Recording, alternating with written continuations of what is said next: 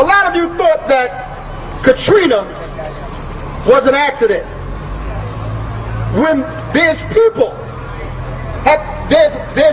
of color that have been interviewed from the Ninth Ward to tell you, even after the storm left, when the storm was quieting, they heard a noise.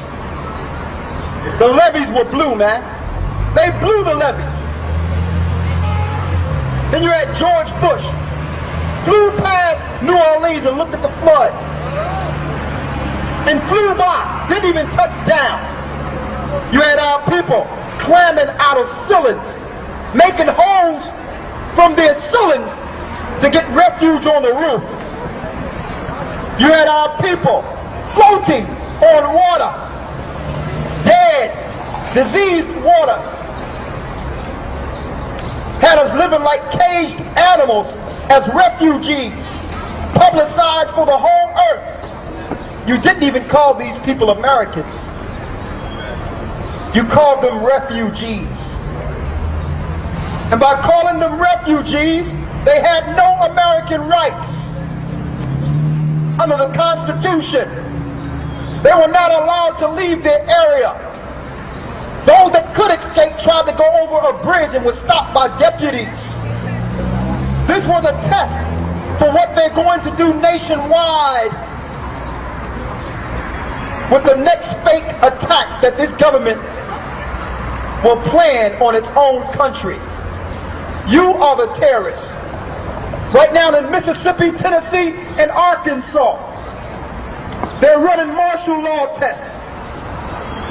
They can pull you over, and they're testing how to detain people under martial law. They are interrogating these people, holding them for days without letting them call their families. Y'all don't understand what's about to happen, man. And when that happened in Katrina, who received all the power? All the power went to the state, from the state to the government under FEMA. So all the laws under FEMA, the Federal Emergency Management Association, all the power goes to FEMA. FEMA just signed over a $3 billion contract with the government. To do what? To prepare for a martial law they didn't even tell you about. That's why we came. We'll let you know, brothers and sisters, while you out here trying to get vanilla Dutches and shaking your behind, they got a plan to kill you. You notice in the 90s, they took bars, they put bars on all your subway systems. If you don't believe me, go and check out your subways. The orange line and the green line, the orange line and the blue line. Certain time at night they lock it. In a state of an emergency, they're going to, the U.S. Army and Blackwater will come to your neighborhoods and escort you to your trains and lock the doors. They will do express trains down to the Navy base here in Philadelphia. They're going to do this all over the earth. Here's a FEMA detention camp train right now.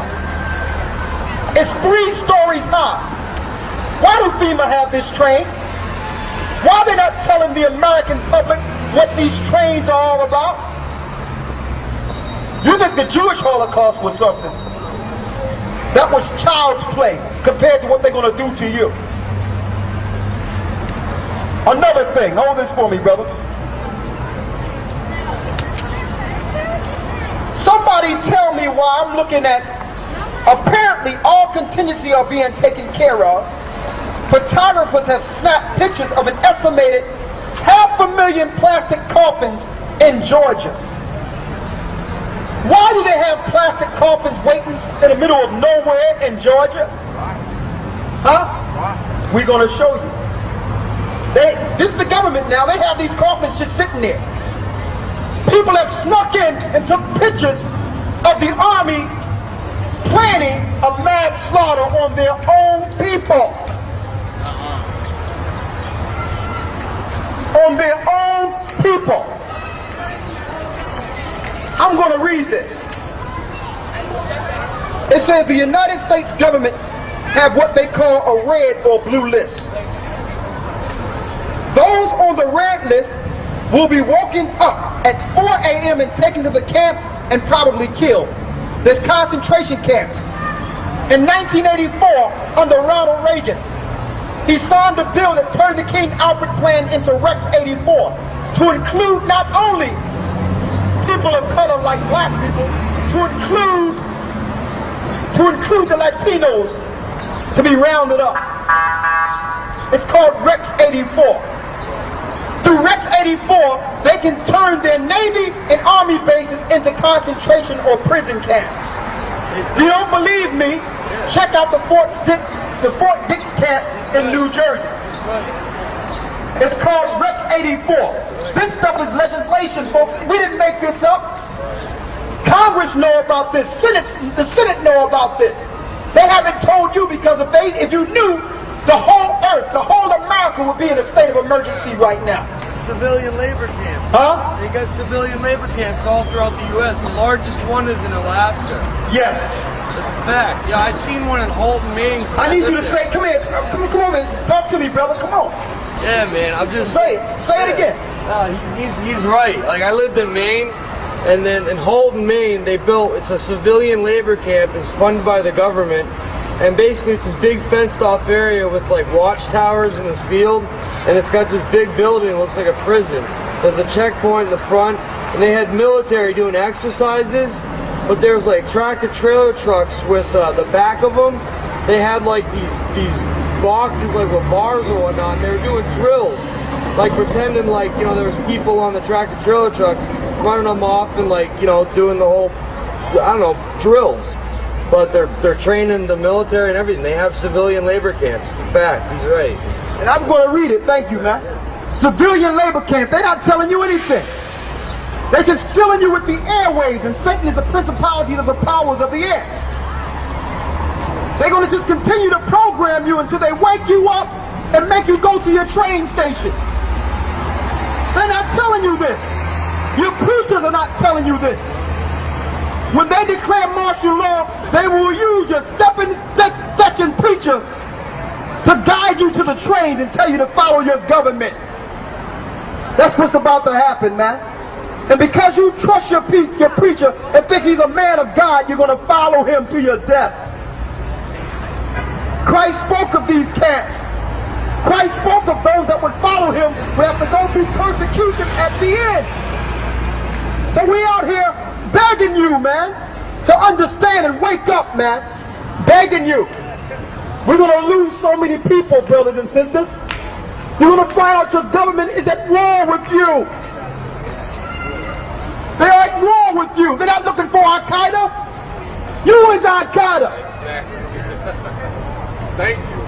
They're at war with you, man.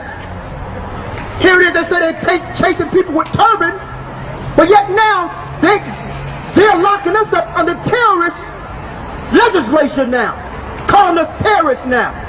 They're not looking for people in turbans, man. We are the terrorists. There's more. The red list. Here's the people that are placed on red list. I know we're on the red list, but I'm going to read it.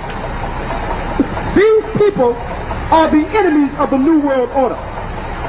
They are the leaders of patriot groups, outspoken ministers like us, outspoken talk show hosts, community leaders, outspoken and probably net leaders. These people will be dragged out of their homes at 4 a.m. and will be taken to FEMA detention centers and killed. Now don't say it can't happen, because ask the Jewish people, can this happen? And like I